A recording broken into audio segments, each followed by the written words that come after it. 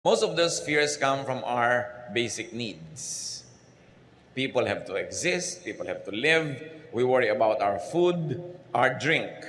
There's a grave fear of hunger and thirst, even to those people who have lots of money and savings. Iniisip natin kung minsan, baka marami tayong pera pero wala tayong mabili, baka ma-deplete yung resources ng planeta, baka magyera, baka may pumutok na bulkan, makatang mga supply, etc., etc. We worry about shelter. And many people have this fear of homelessness, though some of them have probably multiple homes. Maraming takot ang tao na may kinalaman sa kanyang pangangailangan, especially for protection and safety. People are afraid. Natatakot tayo sa kapwa-tao, natatakot tayo sa mga hayop, mga insekto, natatakot tayo sa kulog, sa kidlat, sa bagyo, sa baha, sa El Nino, sa La Nina, sa mga bulkang sumasabog, kung ano-ano pa.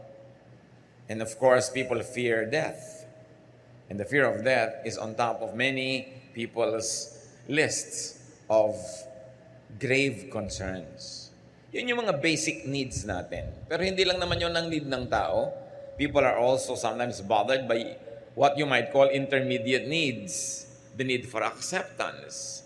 Sometimes you have everything pero hindi ka sikat, hindi ka paborito, wala kang masyadong kakilala o kaibigan, at yun ay malaki ring problema ko minsan.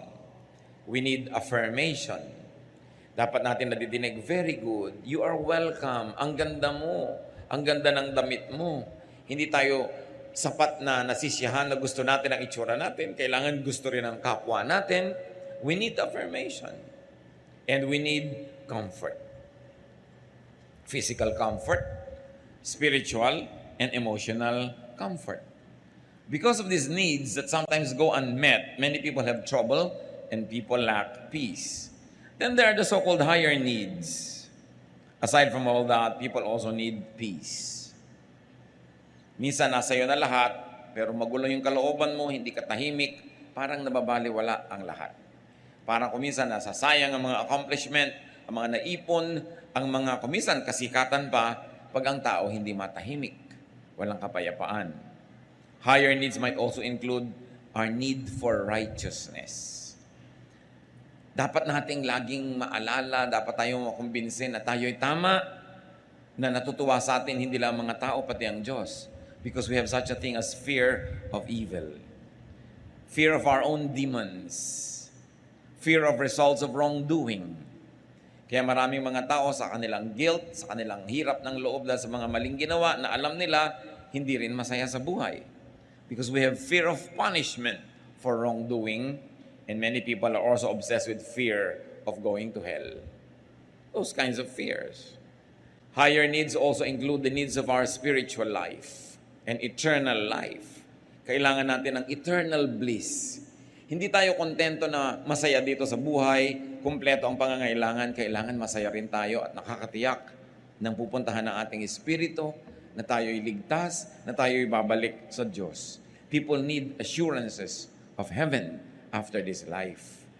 Papaano ang lahat-lahat ng yan matutugunan? Ang dami. May physical need, may emotional need, merong spiritual need, merong social need. At kung i-grade pa yan ng mga sociologists and psychologists, meron siyang basic, may intermediate, at merong higher needs. What is God's answer to man's grave insecurity and depression? Kuminsan ang tao, ang ganda-ganda, pero may insecurity pa rin. Ang yaman-yaman, may insecurity. Kung minsan, sikat na, kulang pa rin sa kanya. Ano ang sagot ng Diyos? At isa sa mga sagot niya na nasa Biblia, Psalm 23, verses 1 to 6. The Lord is my shepherd, I shall not be in want. He makes me lie down in green pastures. He leads me beside quiet waters. He restores my soul. He guides me in paths of righteousness for His name's sake. Even though I walk through the valley of the shadow of death, I will fear no evil, for You are with me. Your rod and Your staff, they comfort me. You prepare a table before me in the presence of my enemies. You anoint my head with oil. My cup overflows. Surely goodness and love will follow me all the days of my life, and I will dwell in the house of the Lord forever. One of the most powerful and famous chapters of the Old Testament, Psalm 23. You can imagine the psalmist nung ito ay binigkas, sinulat, nilikha, at inawit-awit at pinaulit-ulit awitin. Ano kaya ang kalagayan niya? Maaring siya ay isang mananampalataya na siguradong-sigurado sa kalagayan niya sa Diyos. At inisa-isa lang niya dito kung ba't siya sigurado. Inilistan niya para malaman ng iba, marinig ng iba, at nang tulad niya, maging sigurado rin sila sa kanilang mga buhay. Pero pwede ring baligtad. Pwedeng isa rin itong mananampalataya na hindi sigurado. Nag-aalinlangan, nangangapa, nai-insecure. At sa kanyang mga pagbubulay-bulay, sa kanyang mga araw, gabi ng takot, lungkot, pangamba, nerbiyos, hinanap niya ang maaring maging dahilan para siya magkaroon ng kapayapaan. At anong kanyang ginawa? Ipinaalala niya sa sarili niya kung sino siya. At kumbaga siya ay tupa kung sino ang kanyang pastol. At inisa-isa niya ang dapat niyang maalala at maisip para mawala ang kanyang takot, lungkot, pangamba. So maaari itong mag-apply kahit kanino sa atin. Kung kayo yung secure na secure sa buhay, recite this, sing this, memorize this, share this with people so that they too may be like you. Secure, quiet, peaceful, happy, contented. Pero kung kayo naman yung kabaligtiran, insecure, afraid, bothered, troubled, upset, anxious, stressed, etc., etc., dapat din gawin, pag-aralan ang chapter na ito, memoryahin, bigkasin, isaulo, isaisip, isabuhay. At kung dinadalaw tayo ng ganung mga uri ng mga takot at pangamba, mulit-muli balikan, alalahanin, kantahin, tulain, basahin itong Psalm 23. Ano yung mga pinag-usapan nating nagpapahirap ng loob ng taong pangangailangan niya? Food, drink, and shelter. Basic needs. Anong sagot ng Panginoon? Psalm 23:2. He makes me lie down in green pastures. He leads me beside quiet waters. Para sa mga tupa, wala namang mahalaga kundi damo at tubig. Kaya lang ang mga tupa sa Israel, kung merong dapat ma-insecure na mga tupa, sila yon. Kasi most of Israel is a desert or was a desert. So konti ang damo. At lalong konti ang tubig. Isa lang ang ilog doon yung Jordan. At kung makikita nyo yung Jordan, sasabihin nyo, anong klaseng ilog to? Ang liit-liit, ang payat-payat at maputik. At hindi naman kalakihan na ilog ito. Yun na yung inaasahan ng buong bayan ng Israel na magdidilig sa kanilang mga halaman. Yun na yung pinupuntahan ng bawat tupa para uminom. Pero sabi nitong tupang nangangamba at na-insecure, pinapaalala niya sa sarili niya kung sino ang Panginoon. Sabi niya, "Oh God, you let me rest in fields of green grass. You lead me to streams of peaceful water." Pababa po kasi yung terrain ng Israel at itong Jordan na ito ay patungo sa Dead Sea. Kaya may mga bahagi ito na magulo kasi bumababa, may mga bato-bato. Ang mga tupa ayaw nilang uminom pag ang tubig ay gumagalaw, umaagos, lalo't lumalagaslas o rumaragasa. Kahit nauuhaw na sila, hindi sila dudukwang sa tubig na gumagalaw. Kailangan peaceful water. Yung walang kagalaw-galaw. Kaya sabi nitong tupang to, hindi lang ako binibigyan ng damo ng Diyos. Pinahihiga niya ako, pinapagulong-gulong ako, naglulupagi ako sa napakaraming mga berdeng damo. At hindi lang yun. Hindi lang may tubig, tahimik yung tubig. Not only water to drink, but the way I want to drink my water. Peaceful. Pinapaalala niya yun. Green pasture, you must remember, is also a shelter. Isang napakasarap na pahingahan at lugar kung saan ang mga tupa ay hindi lang kumakain, nakakapagpahinga pa sa sariwang damo. God gives not only the basics, but also abundance. Anong sabi ng Psalm 23 verse 5? You prepare a table before me in the presence of my enemies. You anoint my head with oil, my cup overflows. You treat me to a feast with my enemies watching around me. Dapat nating sariwain ang isang kaugalian sa Israel para lalo na tayong magandahan sa verse na ito. Ang mga desert dwellers, mga nakatira sa mga tent, pag may mga dumadaan at kanilang tinanggap sa kanilang tent at pinakain, sumalo sila doon sa tent. Tulad ng ginawa ni Abraham nung dumating ang Diyos at yung mga kasama niyang anghel, hindi naman sa loob ng tent yun eh. Outside the tent, merong extension yung tent para lang huwag mainitan yung nakaupo dun sa labas sa carpet at hindi yun sa loob ng tent para presko. Doon nagpapakain yung mga may-ari ng tent na yan. Sa maliliit na mga dulang, kumisan nilalatag lang nila doon sa carpet yung kakainin nila. At kitang-kita ng ibang mga tent dwellers, may bisita pala si kapitbahay kasi hindi sa loob kumakain. Ang ibig sabihin nun, pag ako'y may bahay, pinakain kita at sumalo ako sa'yo, walang pwedeng gumalaw sa'yo sa lahat ng mga taga rito. Dadaan muna sila sa akin. Sabi nga ng matatanda, dadaan muna sa ibabaw ng aking malamig na bangkay bago sila makarating sa'yo.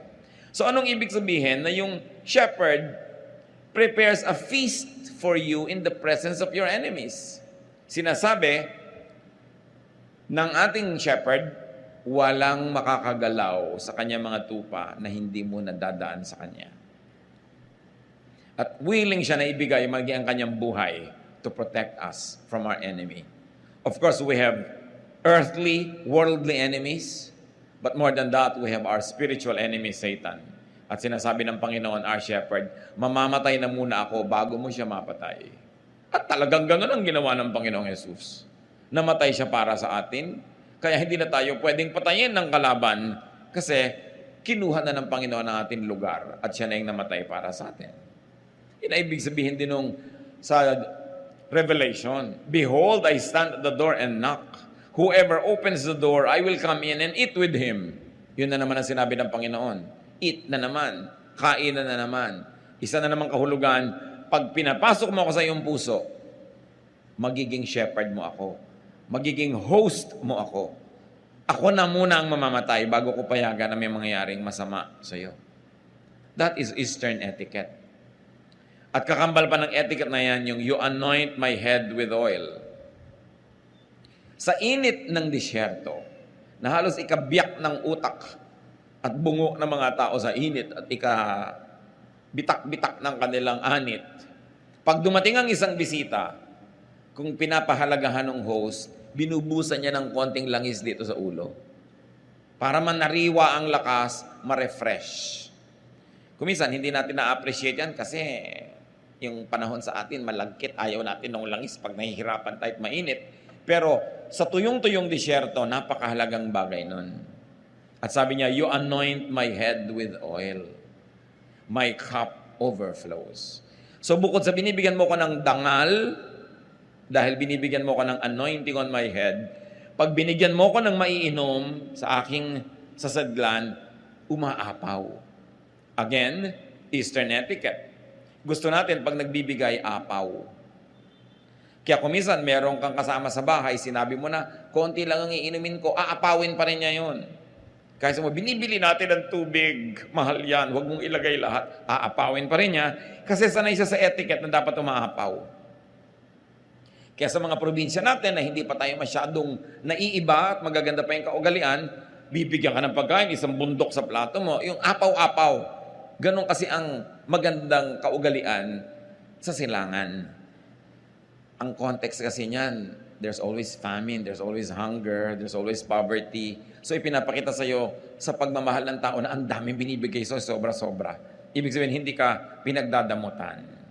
Kaya sa Luke 6:38, ang sabi, give and it will be given to you, a good measure, pressed down, shaken together, and running over will be poured into your lap. So yun daw, apaw-apaw, sobra-sobra ang ibibigay sa iyo, ganun din magbigay ang Diyos. What was God's answer through Psalm 23 to man's need for safety and protection? Isa pa yung kailangan ng tao, yung iniisip niya. Psalm 23:1, The Lord is my shepherd. Ang ganda-ganda ng relasyon ng tupa at ng pastol. Kasi talaga po, ang tupa, matigas ang ulo, makakalimutin, at laging naliligaw. Kaya ganun ang tawag sa atin, tupa tayo, at yung pastol ang Panginoon. Ang pastol, kung sila'y naglalakad, pila-pila, hindi naman pwede sabay-sabay, kadalasan dumadaan lang sila sa makikitid na mga landas, dumadaan sila sa mga bukid na may tanim dito, may tanim doon, kaya kailangan sa gitna lang sila dumaan, o kaya sa gilid ng bundok na pwede ka mahulog, kaya isa lang linya. Either ang shepherd nando sa una, susunod sa kanya yung sumusunod, at yung kasunod, sumusunod, kasi ang mga tupa, sumusunod lang kung sino yung nasa una. Kaya yung mga nandaraya, pupunta doon sa una, ililigaw yung mga tupa, naliligaw lahat. Di ba? Ganon din sa spiritual life. Sumusunod ka dun sa umuuna, yung nagpapauso, yung pinaniniwalaan mo, ang dali-daling iligaw ng tao. Pag hindi ang Panginoon yung nasa una. Pwede rin na ang shepherd nasa dulo. Nasa malayong dulo siya ng pila. Kaya kung naglalakad sila, yung nangungunang pinagkakatiwalaan na tupa, yun ang mangunguna sa daan nila. Nasa dulo naman yung shepherd kasi baka may mga lions, may mga mababangis na hayop na gustong kainin yung nasa dulo. O baka yung mga nasa dulo, pag hindi nabantayan, maligaw, magkamali, wala nang makakaalam. So madalas nasa dulo yung shepherd. At pagka dumadaan sila halimbawa sa mga parang maisan o taniman ng trigo, yung mga tupa kumisan, kumakagat-kagat doon sa mga prutas doon, kumakain kain na hindi dapat, nakikiraan lang sila. Yung shepherd, may bato yan, babatuhin niya sa malayo, tatamaan naman si tupa. Maaalala nito pa, ay oo nga pala, hindi ako dapat magmerienda dito, hindi ito amin. Tutuloy na siya. At yung shepherd, di ba ang tungkod doon parang question mark? Kasi pag may lumiliko na tupa, hihilahin yung leeg, babalik ka, nahihila ka na gano'n, sakit, pero babalik ka. Ganon din tayo. Pag naliligaw ng landas, hinihila ka ng Panginoon, masakit. Parang sabi, ay pinapalo yata ako ng Diyos. Hindi ka pinapalo, hinihila ka lang nung kanyang, tungkod na nakaliko talaga yung dulo. Yun ang purpose nun. Ayaw mong masaktan, stay in line. No? Huwag kang lumiko sa kaliwa, sa kanan, diretso ka, at hindi ka mahihila ng ganon. So, ganon yung relasyon ng tupa. Eto pa, ang shepherd. Pag may sasalakay ng mga wild beasts na gustong kainin ng tupa, yan ang humaharap. Kaya yung tungkod niya, yung rod and staff niya, hindi lang niya pang disiplina yun sa tupa, panglaban naman niya yun sa mga leon, sa mga mababangis na hayop, para i-protect niya. And it is not unusual for a shepherd to die for his sheep. Yun yung relasyon.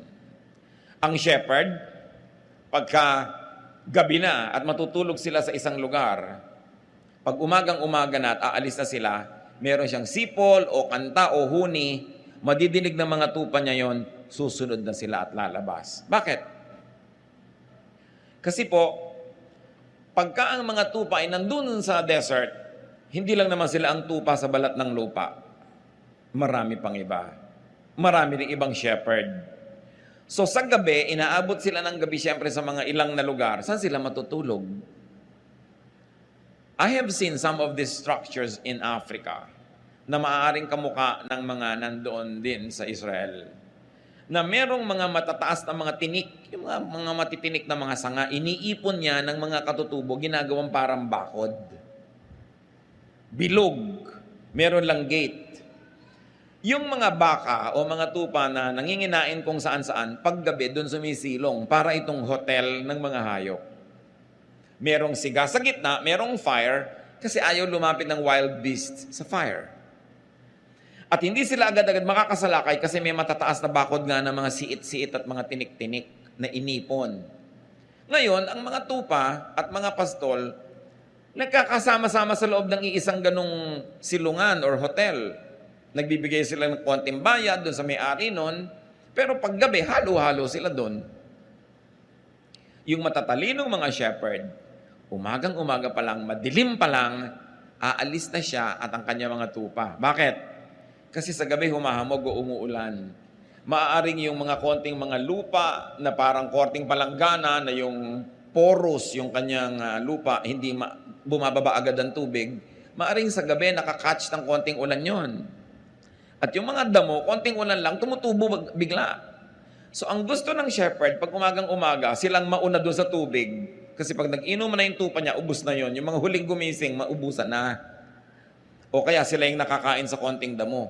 So yung marunong na mga shepherd, madilim pa lang, meron siyang sipol na signal sa kanyang mga tupa. Lahat ng tupa niya, kahit may kahalong ibang tupa doon na nagtulugan kung saan-saan, pag nadilig yung sipol niya, makikita yung anino niya, lumalabas na ng gate, susunod sila lahat dahan-dahan. Kaya dapat yung tupa, alam niya yung boses ng kanyang amo.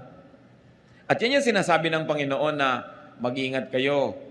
Hindi lahat pastol. Some come to steal, to kill, to destroy. Kasi meron mga fake na shepherd. Fine-fake nila yung sipol o yung huni o yung tawag nung shepherd. At pag yung mga tupang iba, nalin lang niya, nagsunuran sa kanya sa palabas, patay sila. Huli sila at ibebenta sila para katayin. Kaya dapat yung tupa, kilala niya ang kanyang shepherd. Ma-appreciate natin lahat ang mga talinghaga ng Panginoon tungkol sa tupa at sa shepherd. Kasi ganoon din tayo mga kapatid. Pag hindi natin talaga kilala ang tinig ng Panginoon, nadadaya tayo ng maling tawag.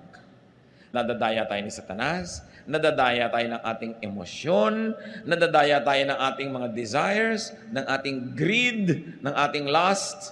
And before we know it, we followed a wrong shepherd. At tayo napupunta sa matadero, at tayo kinakatay, nasasaktan, pinapahirapan, pinapatay. Kaya napakahalaga unawain para appreciate natin yung the Lord is my shepherd. Yung Lord na namamatay para sa akin, yung Lord na ipagtatanggol ako, hindi ako dadayain, mamahalin ako, gumagawa ng paraan para ako pakainin, painumin, ipagtanggol, walang iba kundi ang Panginoon. At sabi sa Psalm 23 verse 3, He guides me in paths of righteousness for His name's sake.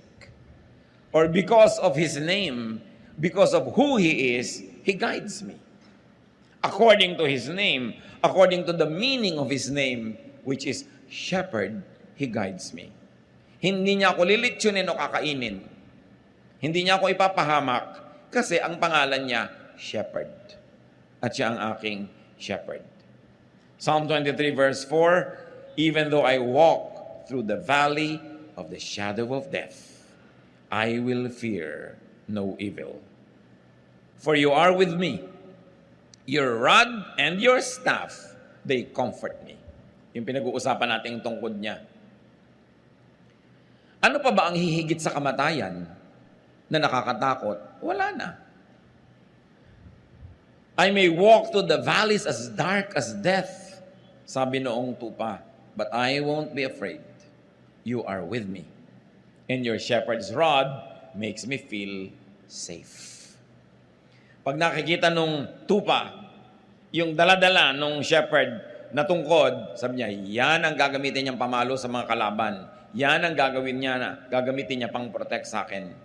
At kahit dumaan ako sa pinakamadidilim na mga libis, kahit dumaan ako sa hirap ng buhay na parang wala ng katapusan, kahit dumaan ako sa sakit na parang wala ng ginhawa, kahit masuot ako sa pagbuhol-buhol na problemang parang hindi na maaayos pa, sabi ganoon, hindi ako matatakot. Hindi yung problema ang titingnan ko, hindi yung leon, hindi yung mabangis na hayop, hindi yung dilim. Ang titingnan ko, yung shepherd ko at yung hawak niyang tungkod. At pag yun ang tiningnan ko, mawawala ang aking takot. Because the shepherd is bigger than any beast. The shepherd is bigger than any problem. The shepherd is more brilliant than any darkness. Natatakot ka lang naman pag ang tinitigan mo yung dilim. Pag ang tinitigan mo yung mababangis na hayop. At katulad ni Pedro, nung tumitig sa mga alon at sa hangin, doon natakot, doon lumubog. Kaya pinipili mo ang iyong tititigan. Sasabihin mo, you are with me. What does it mean that the shepherd is with us? That He has compassion. You are with me. kakampi kita. Hindi lang kita kasama, kakampi pa kita.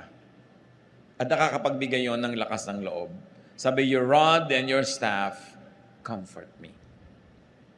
Anong klaseng comfort? Pag nakikita ko yan, lumalakas ang loob ko kasi alam ko, yan ang sagisag ng iyong kapangyarihan. They give me a sense of security.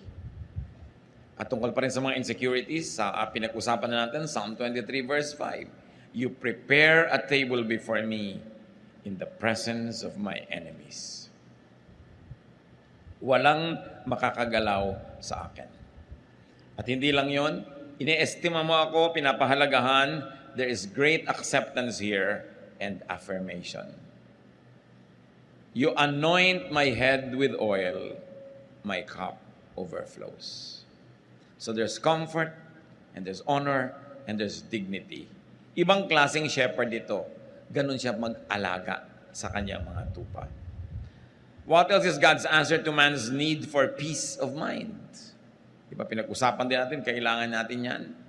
Verses 2 to 3, He makes me lie down in green pastures. He leads me beside quiet waters.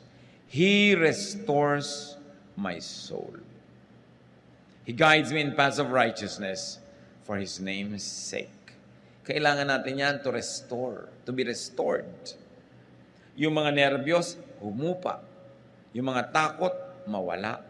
Yung mga pangamba, maalis sa ating buhay. At tayo ay matahimik. At ito sinasagisag nung green pastures.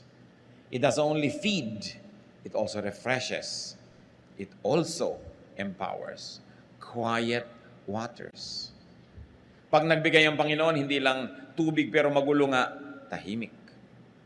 And the Lord restores my soul. Emotional, spiritual rest. Just thinking of the Lord and remembering who He is already gives you the greatest therapy. What is God's answer to man's need for righteousness? Well, human beings, as we have said, need to be righteous. To feel righteous and to be treated as righteous. Psalm 23:3, He restores my soul. He guides me in paths of righteousness for His name's sake. So we become righteous because the Lord leads us. Yung nauuna siya, sumusunod tayo. O nauuna tayo pero nandun siya sa likod, binabantayan niya tayo, kinakawit niya tayo para bumalik. Pag nagkakamali tayo, nagiging righteous tayo by doing the right thing. But more than that, through the work of Jesus, our shepherd, nagiging righteous tayo by faith. Dalawang paraan para maging matuwid, banal, malinis. One, magpakatuwid ka, magpakabanal ka, magpakalinis ka. Do it, accomplish it through hard work. Pwede yon. When all else fails, pag kinulang, charge to the cross. Because by believing in Jesus as your Savior and Lord, your belief makes you righteous. Yan ang tinatawag nating saved by faith. Righteous, made righteous by faith. At napakalinaw ng teaching ng New Testament dyan, mga kapatid. Pag nananalig ka kay Jesus, nagpaligtas ka kay Jesus, Panginoon at tagapagligtas mo siya, yon biglang magiging righteous ka sa tingin ng langit. Kahit ang totoo, tad-tad ka ng kasalanan. Pero pinagsisihan mo, tinalikuran mo, nagpahugas ka sa dugo ni Jesus, righteous ang tingin sa iyo ng Diyos. Kasi hindi na yung kasalanan mong nakikita, yung dugo ni Jesus na ipinanghuhugas sa iyong kasalanan. So, two ways to be righteous, by doing it or by receiving righteousness through faith. At ang tunay na mananampalataya, ina-apply pareho yun. You know that you are made righteous by faith, but you also do what you can up to your utmost so you could be actually righteous by works, not only righteous by faith. Pagkasama, magkakambal, ginagawa pareho. And because of that, the true believer remembers the blood of the Lamb, the shepherd that became the Lamb. Biruin niyo yung mga imagery na yan. Ang Panginoong Hesus na shepherd, siya yung naging lamb para yung mga lambs tulad natin, yung flock, huwag nang mamatay, siya yung namatay para sa atin. At pag naalala mo yon, He restores your soul. Pag sumusunod tayo sa katuruan ni Jesus, He guides us in righteousness. All because of what His name means. What is God's answer to man's need for eternal life? For assurance of heaven? Psalm 23 verse 4. Even though I walk through the valley of the shadow of death, I will fear no evil, for you are with me. Kahit dumaan ako sa kamatayan o sa mga halos ikamatay ko ng mga karanasan, alam ko kasama kita. At kung loobin mo, Panginoon, na mabawian ako ng buhay, alam ko sa isang saglit, sa isang kisap mata, I will be there with you in a much greater state of spirituality. Because I will no longer be confined to this physical body. Kaya ang sabi nitong flock na ito, I will fear no evil. The evil of death, the threat of death, the evil spirits that scare me with death, I will fear no evil. Why?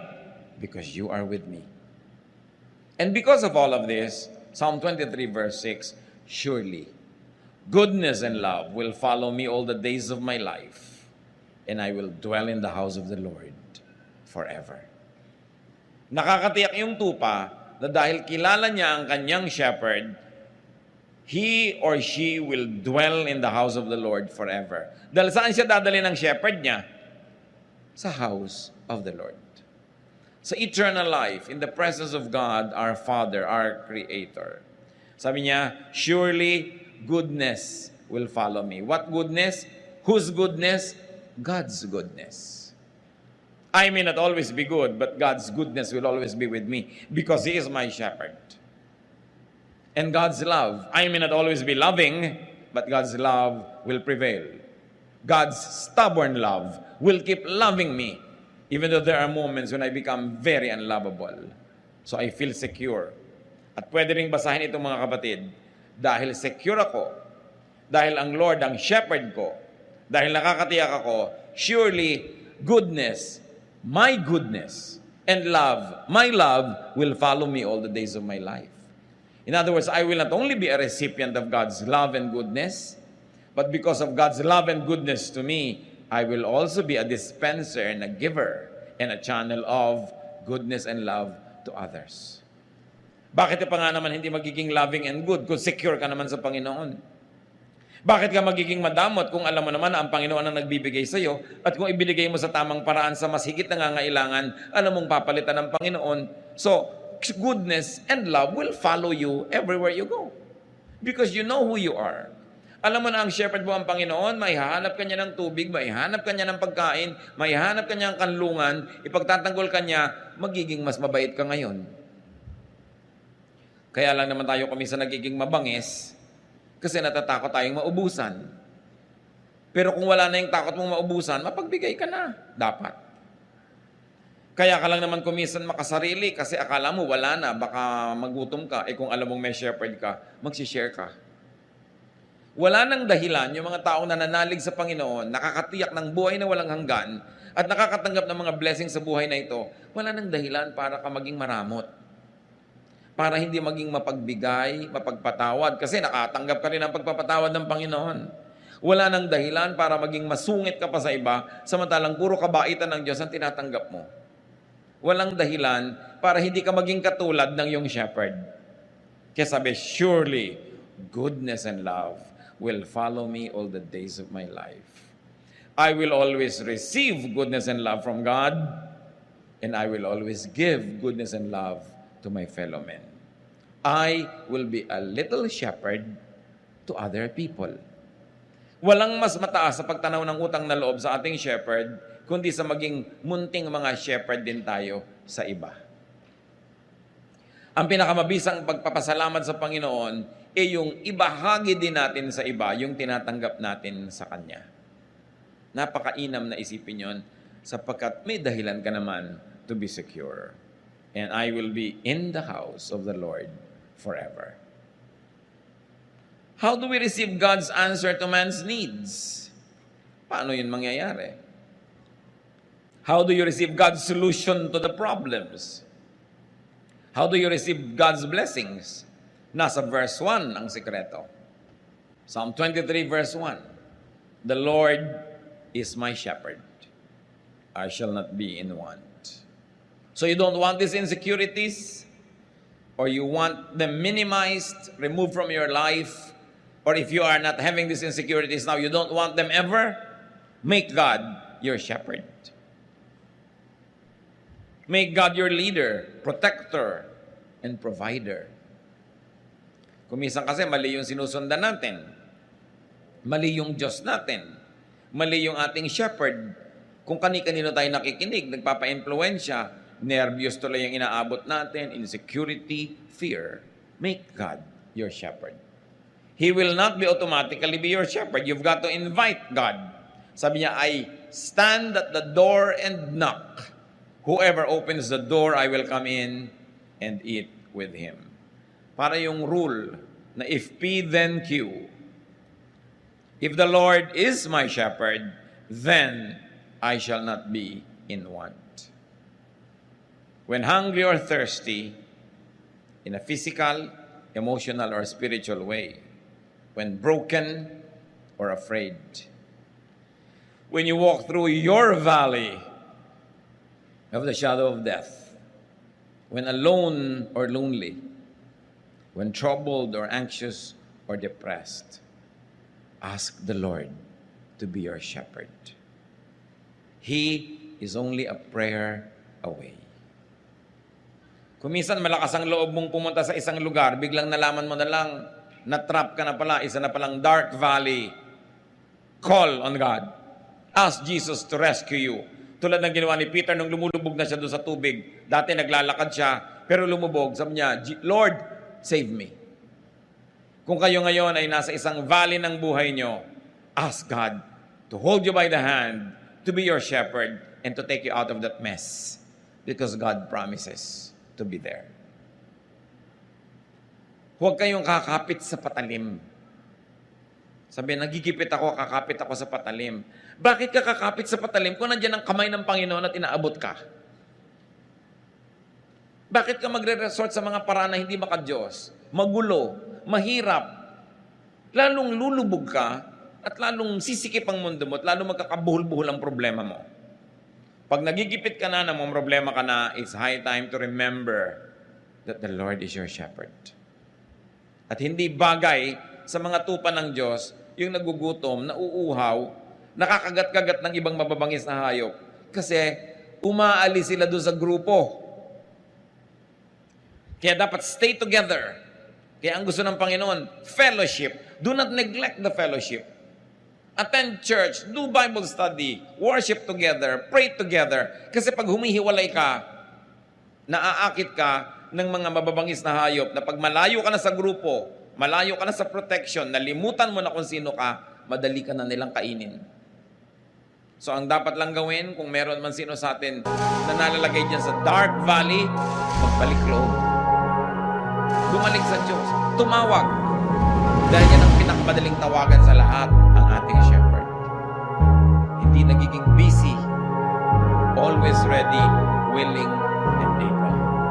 Ask the Lord to be your good shepherd. John 10:14 to 15. I am the good shepherd. I know my sheep, and they know me.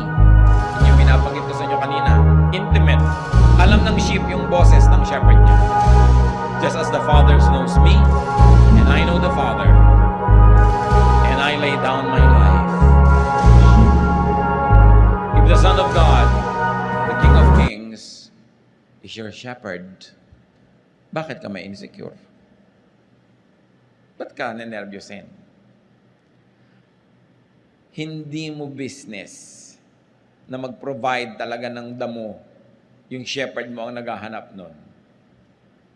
Pero dapat ang business mo sumunod sa kanya dahil doon kanya dadalin kung nasan yung damo. Dapat kang sumunod dahil dadalhin kanya kung saan merong quiet waters. At kung dumadaan ka sa isang deep, dark valley, lalong dapat kang sumunod sa Panginoon dahil tanging ang pagsunod sa Kanya ang pag-asa mong makaalis sa madilim at mapanganib na lugar. Pag magulo na ang buhay, huwag na mag-iisip ng solusyon na pampagulo pa.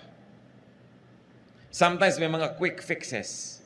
Merong mas madaling solusyon, pero madali lang yon ngayon, bukas may mabigat na bayad.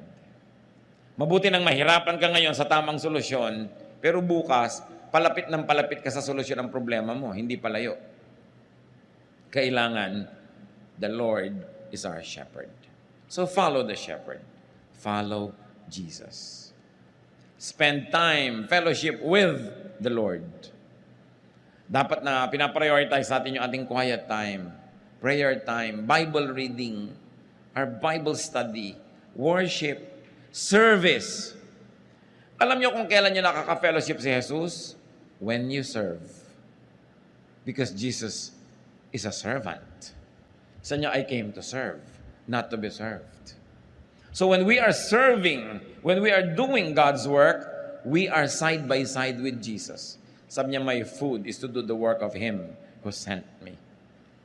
One of the best ways to fellowship with Jesus is to do the work of Jesus. Because you will be in the same team. Be the Lord's flock, and He will be your loving shepherd. Kung ayaw mo magpa-shepherd sa Kanya, di Kanya pipilitin, but you pay a heavy price. Nasaan tayo ngayon mga kapatid na estado? Tayo ba flock na ni Jesus? Tinanggap na ba natin siya bilang Panginoon at tagapagligtas sa ating buhay? Kung hindi pa, huwag niyong sayangin na sandali sa isang prayer na time-team, personal, at pwede niyong gawin ngayon. Accept Jesus into your heart as your Savior and Lord. Imbitahan niyo siya na maging Panginoon at tagapagligtas. Ask to be forgiven of your sins, and then invite Jesus into your heart to be your King, your friend, your shepherd. Kung nagawa niyo na yan, mga kapatid, flock ka na ng Panginoon, nasaan ka? Ikaw ba yung naliligaw ng konti ng landas? Kakain-kain niya sa gilid-gilid, lumalakad na yung grupo, naiwan ka na because you became busy with things that God did not want you to be busy with. Dapat magising ka at bumalik ka sa grupo. Konting-konti na lang, sabi sa Bible, the devil prowls around like a roaring lion looking for someone to devour. Kung ang Satanas ay parang leon na nagbabantay at nagmamatsyag, pumipili, humahanap ng kakainin niya. Sa palagay niyo, ang pipiliin niya, yung ang lapit-lapit kay Jesus?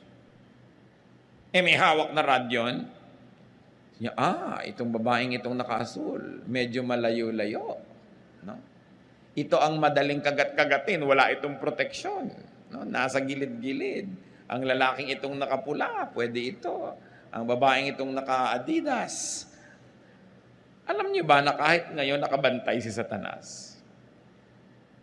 Nag-aantay siyang malingat kang malibang lumayo. Kaya yung iba makakagat, maalala na may grupo siya. Siyempre hihilahin ni Jesus pabalik, masasaktan, pero nababalik. Yun ang pinakamasarap na sakit. Yung sakit dahil nababalik ka sa pila, sa tama mong dapat kalagyan. So meron naman ng mga tupad na nalalaglag pa sa bangin. Hirap na hirap si Jesus na bumaba doon at kunin siya.